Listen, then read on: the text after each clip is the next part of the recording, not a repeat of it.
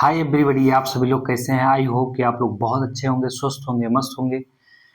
आप सभी लोगों को मेरे जीएस कर्मयोगी परिवार की तरफ से आप सभी लोगों को नव वर्ष 2026 की बहुत बहुत शुभकामनाएं। आप सभी का नव वर्ष 2026 बहुत मंगलमय हो। आप सभी लोग सफलता की ऊंचाइयों को प्राप्त करें और आप सभी लोग 2026 में सेलेक्ट हों, मेरी यही पूरी उम्मीद है। और हमने पिछले 2 दिन क्लास बंद कर दी थी कि आप सभी लोग अच्छे से एंजॉय करें। जो लोग भी 31 और 1 तारीख को एंजॉय किए, मस्त से मस्ती मनाए, सब लोग एंजॉय किए होंगे, हैप्पी न्यू ईयर एक दूसरे को विश किए होंगे, घूमे होंगे, अच्छा खाना खाए होंगे। लेकिन अब आपको संकल्प लेना है। आप सभी लोग संकल्प ले लीजिए कि 2026 में सिलेक्शन भी लेना। तो आइए आप सभी लोग संकल्प लीजिए। और ये यूपी होमगार्ड के लिए हमारी पिछले 2 दिन की जो क्लास बंद थी उसको हम फिर से कंटिन्यू किए हैं, जिसमें हम यूपी होमगार्ड का जो सिलेबस है उसमें सबसे पहले हम यूपी स्पेशल पढ़ा रहे हैं। यूपी स्पेशल यूपी की सभी परीक्षाओं को ध्यान में रखते हुए सबसे पहले मैंने यूपी स्पेशल शुरू किया। तो आप उत्तर प्रदेश के किसी भी परीक्षा की तैयारी कर रहे हैं तो यूपी स्पेशल आपके बड़े काम का है। लेकिन ये क्लास यूपी होमगार्ड वाले जो तैयारी कर रहे हैं वो मिस ना करें। अगर मिस कर देंगे तो आपका एग्जाम मिस हो जाएगा। आप इधर उधर भटक रहे हैं, बहुत सारे बच्चे का फोन आता है हमारे पास, वो अभी यही पूछ रहे हैं क्या पढ़ना है सर, क्या सिलेबस है। हमने अपने वीडियो बना के डाल दिया है, क्या सिलेबस है, क्या पढ़ना है। मेरी क्लास जो है आपके लिए पर्याप्त है और आप एक बुक ले लीजिए, अच्छे से पढ़ाई करिए। बाकी अगर शुरू से अंत तक मेरी क्लास में आप बने रहे तो आपका सिलेक्शन हो जाएगा। एक बच्चा तो हमसे कह रहा था सर अगर हम प्रैक्टिस सेट लगा रहे हैं, क्विज लगा रहे हैं तो क्या मेरा हो जाएगा।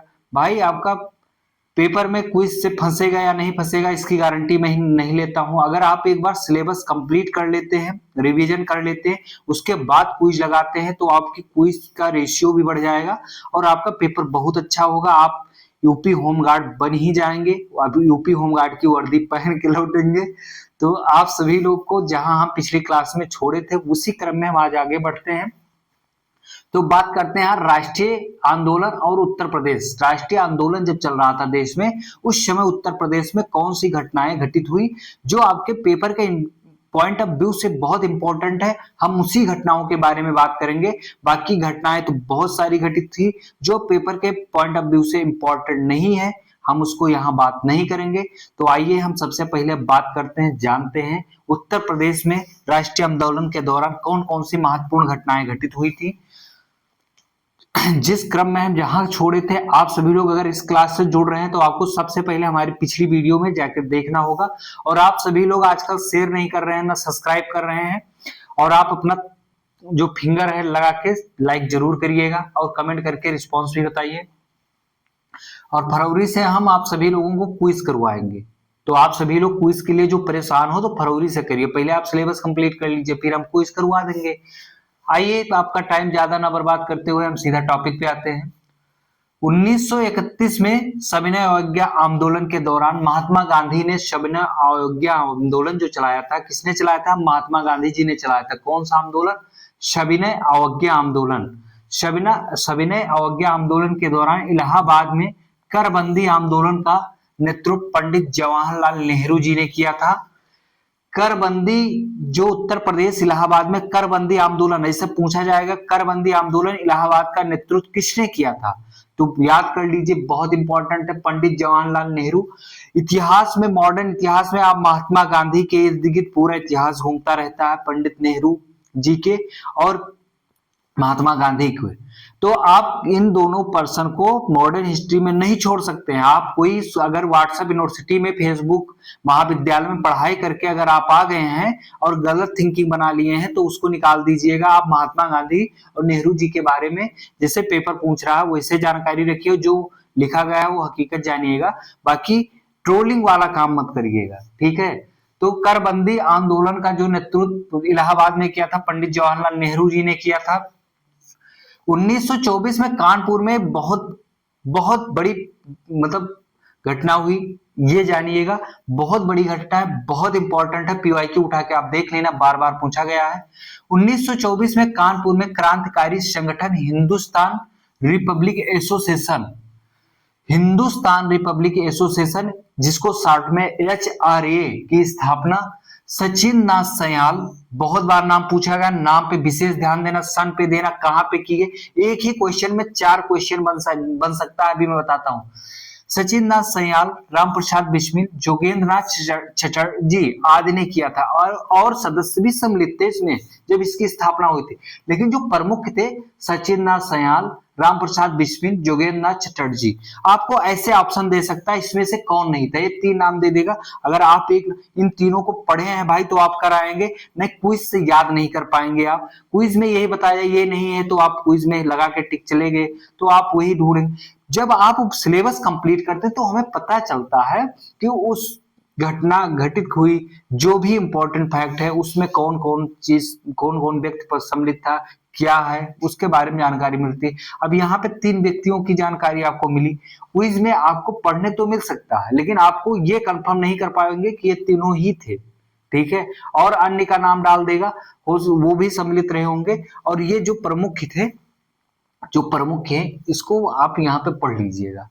1924 में कानपुर में क्रांतिकारी संगठन हिंदुस्तान रिपब्लिक एसोसिएशन HRA की स्थापना सचिंद्र नाथ सयाल, पंडित राम प्रसाद बिस्मिल और जोगेंद्र नाथ चटर्जी ने की थी। 9 अगस्त 1925 को बहुत बड़ी घटना घटित होती है उत्तर प्रदेश में। बहुत बड़ी घटना है, इसको आप छोड़ नहीं सकते। उत्तर प्रदेश का कोई भी एग्जाम होता है तो काकोरी ट्रेन एक्शन कांड, काकोरी ट्रेन एक्शन पहले उसका नाम था काकोरी ट्रेन कांड, ठीक है, लेकिन काकोरी कांड उसका नाम था। अब उसका नाम बदल के कर दिया गया है काकोरी ट्रेन एक्शन, ठीक है। तो आप नाम बदल दिया गया है घटनाएं। कोई भी उत्तर प्रदेश का परीक्षा होता है तो लगभग सारी परीक्षाओं में पूछा जाता है, वैसे उत्तर प्रदेश की परीक्षाएं अधूरी रह जाती, इससे जुड़ा कोई ना कोई परीक्षा में आपके आएगा ही जरूर। इतनी महत्वपूर्ण टॉपिक है कि आप इसको छोड़ के बच नहीं सकते, इसके मत करिएगा। 9 अगस्त 1925 को HRA यानी कि हिंदुस्तान रिपब्लिक एसोसिएशन के क्रांतिकारियों ने लखनऊ के पास काकोरी है एक जगह पे। आप में से बहुत सारे लोग उधर से गए होंगे तो काकोरी स्टेशन पड़ता है। लखनऊ के पास काकोरी में एक ट्रेन से ब्रिटिश खजाना लूटा गया। ब्रिटिश का खजाना उस ट्रेन में जा रहा था, उसको लूटा गया। इस घटना के समय पंडित राम प्रसाद बिस्मिल, अशफाक उल्लाह खां एवं प्रमुख नेता थे शामिल, जिसमें से कई को फांसी हो गई। तो हम आइए पहले जानते हैं किसको फांसी हुई और कहां फांसी हुई, ये बहुत इंपॉर्टेंट है। तो पंडित राम प्रसाद बिस्मिल जी को कहां फांसी होती है? गोरखपुर में। ये प्रमुख थे किसमें? गोरखपुर, जो काकोरी ट्रेन एक्शन कांड एक्शन हुआ था उसमें ये प्रमुख थे पंडित राम प्रसाद बिस्मिल को, इनको गोरखपुर में फांसी हुई थी। राजेंद्र लहड़ी को गोंडा, मेरी जन्मभूमि है, मैं गोंडा से हूं, वहीं पे इनको फांसी हुई थी। अशफाक उल्लाह खां को फैजाबाद में फांसी हुई थी। ठाकुर रोशन सिंह को इलाहाबाद, यानी कि अब नाम प्रयागराज हो गया है, इनको इलाहाबाद यानी कि प्रयागराज में फांसी हुई थी। ये बहुत इंपॉर्टेंट है भाई, मेरे पीवाकी उठा के देख लेना, बहुत बार पूछा गया है। काकोरी कांड एक्शन कांड जो हुआ था उसमें अगर पूछा जाए कि चैन किसने खींची थी, ये बहुत बारीकी से पढ़ना पड़ेगा आपको। चैन किसने खींची थी? राजेंद्र लहड़ी ने चैन खींची थी। किसने खींची थी? राजेंद्र लहड़ी ने। 9 अगस्त 1925 को कौन सी ट्रेन थी? ट्रेन का नाम कई बार पूछा गया तो हम ट्रेन को जान लेते हैं। जो ट्रेन थी वो थी 8 डाउन, सहारनपुर लखनऊ पैसेंजर। अभी भी चलती है लेकिन वही ट्रेन नहीं चलती, उसी टाइम उसी नाम की अभी भी वो ट्रेन चलती है सहारनपुर पैसेंजर लखनऊ के बीच में। 9 अगस्त 1925 को 8 डाउन, ट्रेन का नाम था 8 down, Saharanpur Lucknow passenger train थी। अगर ट्रेन पूछा जाए तो 8 डाउन है, सहारनपुर लखनऊ पैसेंजर। राजेंद्र लहड़ी ने चैन खींची थी। जो ट्रेन की चैन खींची गई थी, ट्रेन रुकी थी, उसके बाद लूट की थी क्रांतिकारियों ने। उनका कोई उद्देश्य ऐसा नहीं था, उन्होंने ब्रिटिश खजाना जो लूटा था वो लेकर जा रहे थे ट्रेन पे, तो अपने हथियार खरीदने के लिए इन्होंने खजाना लूटा था, ठीक है। बाकी कोई काम करने के लिए नहीं, आजादी दिलाने के लिए हम ही आपको वो लूट की गई थी। क्रांतिकारियों की पैरवी किसने की थी? बहुत बार पूछा गया। क्रांतिकारियों की पैरवी चंद्रभानु गुप्ता ने की थी। चंद्रभानु गुप्त ने की थी। चंद्रभानु गुप्त बाद में उत्तर प्रदेश के मुख्यमंत्री भी बने हैं। ये क्रांतिकारियों की कौन से क्रांतिकारियों की पैरवी की थी?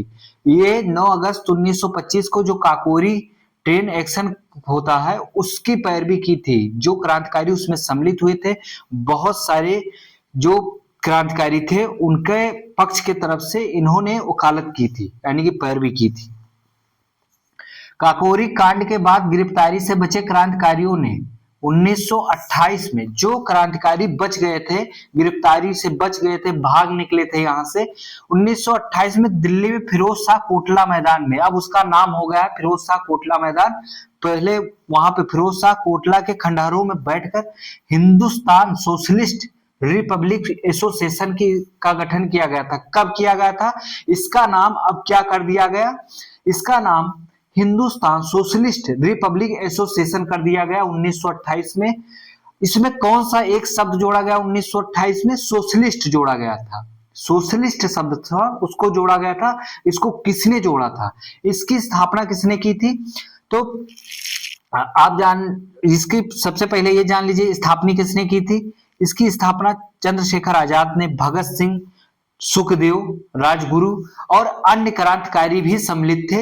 इन लोगों ने मिलकर के HSRA की स्थापना की थी। और सोशलिस्ट शब्द किसने जोड़ा था? चंद्रशेखर आजाद, भगत सिंह और आदि लोगों ने मिलकर सोशलिस्ट शब्द जोड़ा था।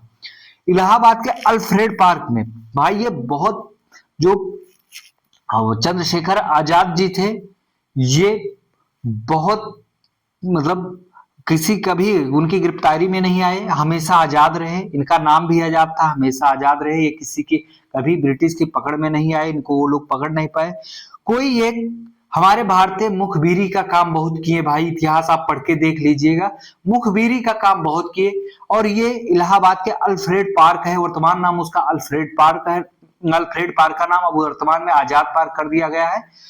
तो वहीं पे छुपे हुए एक पेड़ के नीचे बैठे हुए थे हमारे कोई देश विरोधी गतिविधि किया व्यक्ति ने, और वो जाके अंग्रेज के चंद पैसों में गुलामी करके, चाटुकारिता करके, और अंग्रेजों के जो पुलिस अधिकारी थे उनको सूचित कर दिया कि आज चंद्रशेखर आजाद जी जो हैं वो अल्फ्रेड पार्क में बैठे हुए हैं, और वो उनको देखा था। चंद पैसों के लिए किसी ने चाटुकारिता की होगी, ठीक है, और वो अंग्रेजों की नजर में हीरो बना होगा, कुछ थोड़ा बहुत फायदा मिल गया होगा। अंग्रेज इसी तरीके से भारत को पे बहुत दिनों तक राज किए, क्योंकि यहाँ पे चाटुकार लोग बहुत निकले। जितने चाटुकार व्यक्ति थे उन्होंने ही अपने यहाँ के लोगों को मरवाने में बहुत अच्छी भूमिका निभाई है, ये जान लीजिए। मेरा शब्द जो है वो बहुत कड़वा है लेकिन सच है, ठीक है।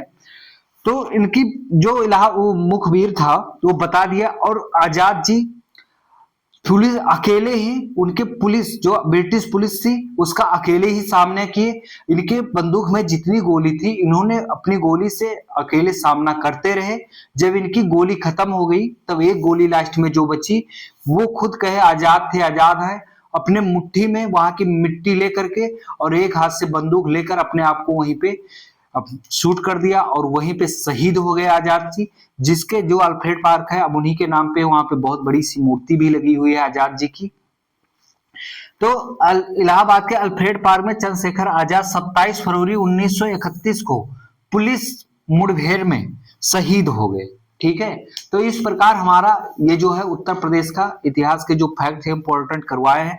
जो बच गए हैं हम अपनी अगली क्लास में लेकर आएंगे, और आप सभी लोग लगातार क्लास पढ़ते रहिए, और एक बार अगर समझ में ना आए तो दोबारा पढ़ लीजिएगा।